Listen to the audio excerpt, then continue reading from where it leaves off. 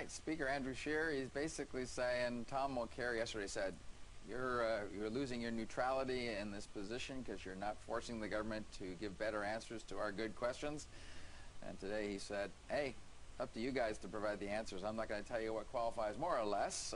So let's get the opinions and thoughts from our Wednesday trio of MPs from all three major parties. They're joining us for their weekly look at all these issues and more. Aaron O'Toole is our Parliamentary Secretary for the Conservatives. Jinny Sins is the BC MP for the New Democrats. Yvonne Jones holds down Labrador for the Liberals. Welcome to you all. Welcome back. Yeah. You're not Stella Ambler, but she's on tomorrow. You're on this panel now, so good to go. I'll do my best. Good to go. I want your thoughts on the Speaker's ruling. Jinny, I'll go to you first. It was your leader that challenged the Speaker. Really, should the Speaker be directing questions to be answered, or is that opening a big can of worms because he's going to be deciding what qualifies as an answer and what doesn't? I don't think it's the role of the Speaker to be defining how accurate the answer is. But I do think that we have a parliamentary question period for a reason. And I know it's called question period, but usually when you pose a question, there is some expectation that the answer will be in the right kind of zone. So when you're asking questions, and a very serious question about Canada's commitment in Iraq, and the timing of that, and to get chatter back about a Facebook and about Israel, I think was just inappropriate. No different than Mr. Calandra talking about pizzas and delivery boys when we were asking him questions about Mr. Duffy. So he has a habit of doing this. Look, the way you answer a question can vary, but surely, and I still have that question as a parliamentarian, it should at least still be on the topic. Now, Yvonne, you've only been here for, about a year and a bit now? Seriously, how many times do you actually see a legitimate answer to a question? I mean, they don't do it. Well, Nobody does it. Liberals didn't do it before the Conservatives were in government. It's the role of politics. You very seldom see direct answers, but normally what you do see is governments stick to the topic at hand as being debated. In this case, the arrogance that was shown by the government side was, in my opinion, unnecessary. It was disrespectful to the Canadian public, and at the very minimum, they should have acknowledged the seriousness of the issue that was being raised on the floor. Having said that, Mr. Mulcair also knows that you don't challenge the Speaker in the way that he did yesterday. And because government don't always give you the response that you want or be tolerant of your questions is not a reason to take on the Speaker in the House of Commons. So I think Mr. Mulcair should apologize for his actions towards the Speaker. It's not the first time you've seen it. I'm sure it won't be the last in the House of Commons, but most parliamentarians will acknowledge that you don't treat the Speaker in that fashion, irregardless, and do apologize. Now, since Aaron O'Toole would always give a clear answer to every question he's asked, and I've seen you give good answers, by the way. I don't think he's really much of a cheap shot artist like some of them are, but Aaron, why doesn't the government, on serious questions that are of a legitimate public interest, at least try and frame an answer? Even if they can't give you specifics, on this case, they might be helping ISIS figure out what we've got on the ground there. And you're a veteran. You understand the need for national security. Well, why don't they at least try and answer within the same geographical area like Iraq instead of firing off into Israel and other areas that Mr. Calandra seemed to go into?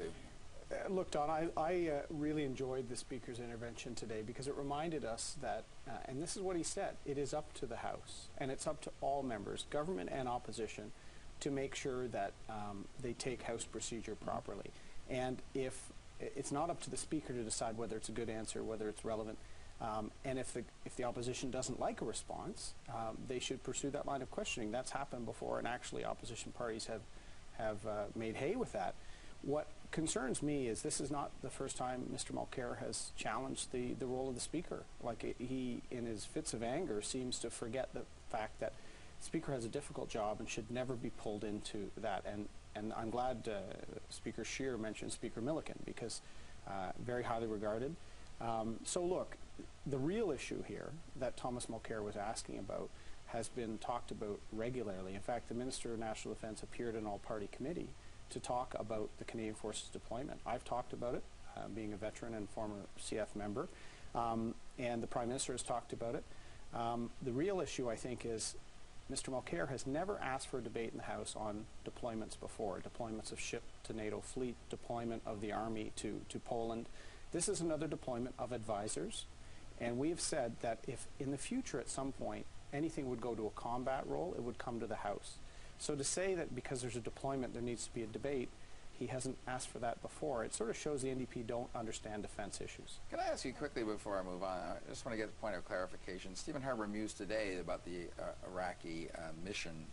He might bring it to the House of Commons because he's been asked to expand or extend it by President Obama. It seems to me if it goes to the floor of the House of Commons, it goes there if it's a combat mission.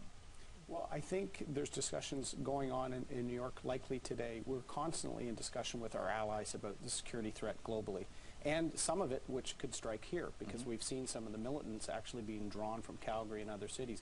So we're constantly talking as allies. What the Prime Minister said when some advisors were deployed, about 60 to 70, I believe, was that those advisors would be reviewed at a 30-day period. And that's normal for military operations. You sort of review what you're doing, who you sent, how many you sent at a 30-day level. The commitment that the Prime Minister has made, and he made this as a result of the Afghanistan mission, is before Canada gets into a combat role, that will be a debate in the House of Commons. And I think it will be important to debate this because Canada takes a strong position with our allies on global security. Yeah, Jinny, could you clarify exactly where the NDP is on this? We shouldn't go put any troops into Iraq at all, and I guess you'll oppose any move into combat if that comes to that. Well, first of all, I think it's a slippery slope because once you send troops over there, what is their role and exactly who are they taking command from, and is it going to engage supporting other people who might be in a military mode? But absolutely, the same Prime Minister, before he became Prime Minister, said any kind of a role played by the military overseas needed to be debated in the House. And I think that's where the debate should take place. Look, we've learned some lessons from our recent engagements in the past. And I think the Canadian public, at a minimum, would require us to debate this issue in the House. And we will look forward to that debate. And it's always important for us, I think, whenever you're engaging or sending soldiers overseas, that we have that serious debate. And we need to have a plan. I'm not saying that the plan needs to be all flushed out, but really it's been very difficult even getting out of this government when the 30 days will end. And we Now got the answer 5th, today. right? This is what they don't understand. We John. got the answers today. We have people overseas all the time. And I Sure. will say this, can I also Very say, quickly. I think just the leader turning to the speaker at first and saying, look, I'm asking about Iraq and I've asked twice and the answers are about Israel. I don't think you can portray that as anger. You can portray that as like, Frustration. Let's give us the answers, because what we're seeing from across the way is disrespectful of the Canadian public. Yvonne, we're literally, I'm sure it's momentarily, we're going to Stephen Harper in New York talking to the UN Security Council. And one thing that's quite interesting, Jean Chrétien said, we will not go into Iraq, go around without a UN mandate from the UN Security Council. Didn't get it, didn't go in. If the UN Security Council gives the green light to this, to go further and harder against ISIS, do you think the Liberal Party of Canada has any choice but really to say, we have to do it? Well, obviously there's always a choice. Our big concern is right now is where Canada is in terms of the Security Council of the United Nations. We don't have a seat at the table. You know, Harper has never really taken the United Nations seriously in terms of their role and mandate in the world.